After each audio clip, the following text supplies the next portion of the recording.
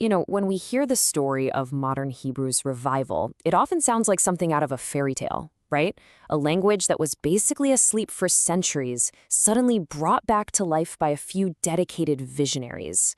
It's an amazing story, but like with most legends, the real story is, well, it's a lot messier, way more practical, and honestly, a lot more fascinating. So think about it. How do you actually do that? How do you take a language from the past and engineer it for the future? That was the very real, very massive question facing this small group in Jerusalem around the turn of the 20th century. They called themselves the Vad Halashon, the Language Committee.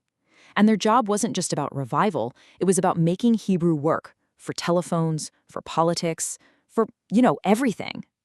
Talk about an impossible task. So that's what we're going to do here. We're going to play Mythbusters a little bit. We're going to peel back the layers of that legend to get to the surprising reality of how they actually worked. We'll look at the tough choices they made, the compromises, and the unexpected wins that really shaped the Hebrew that's spoken today. All right, let's jump right into our first myth, and it is a big one. The idea that the committee's one and only goal was to perfectly recreate the language of the Bible. It's such a powerful image, isn't it? The idea of dusting off these ancient scrolls and just slotting those exact words and that exact grammar into the modern world. That's the popular story, for sure. But the committee's own meeting minutes? Oh, they tell a completely different story. And you can see it right from their very first meeting. The debate wasn't just, let's use the Bible. Not at all. They looked at the entire sprawling history of the language. Biblical Hebrew, yeah, but also Mishnaic Hebrew from a later period, and they treated it like a giant toolbox. See, they weren't just being scholars, they were being engineers, asking, okay, what parts do we have, and which ones are going to build the best machine for right now?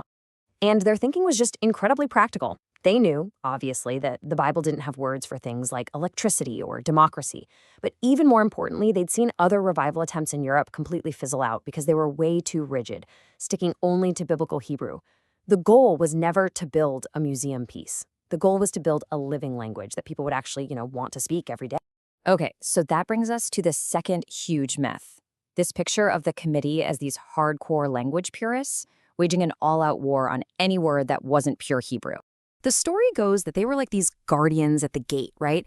Throwing out any word that sounded a little too foreign. It fits that heroic narrative perfectly, but again, the reality was all about pragmatism, not purism.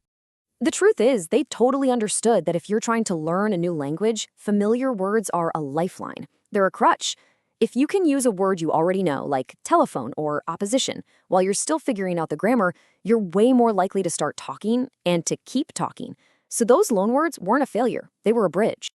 And you can see this practical approach in their official decisions. They actually went and published technical dictionaries that included international words like telephone. Why would they do that? Because it worked. Getting people to use Hebrew for political debates and just everyday life, that was priority number one. The thinking was always, hey, we can replace these loanwords later on once the language is up and running. But first, you've got to get the car on the road. So if they weren't these biblical purists or anti-foreign word warriors, then what was their real, game-changing success? Well, the answer is kind of subtle, but it's incredibly powerful. To really get what they accomplished, you have to understand the incredible doubt they were up against, even from inside their own ranks. Just listen to this quote from a key committee member, David Yellen. He basically said, "The people are stubborn, and it's doubtful they'll change how they talk." They were genuinely pessimistic about their own chances of changing how people actually spoke. So, if even they didn't fully believe they could just lay down the law and make everyone follow it, where did they actually succeed? Well, their greatest victory wasn't about enforcing a specific grammar rule. It was about changing the entire perception of the language itself. It all boils down to this one crucial concept: language status. See, for a language to really thrive, it needs more than just a dictionary and grammar rules. People have to see it as serious, as important, as legitimate. It needs prestige. That was the committee's true genius. So let's just break down what their real victories were. First, and this is the big one, just the fact that they existed sent a powerful message.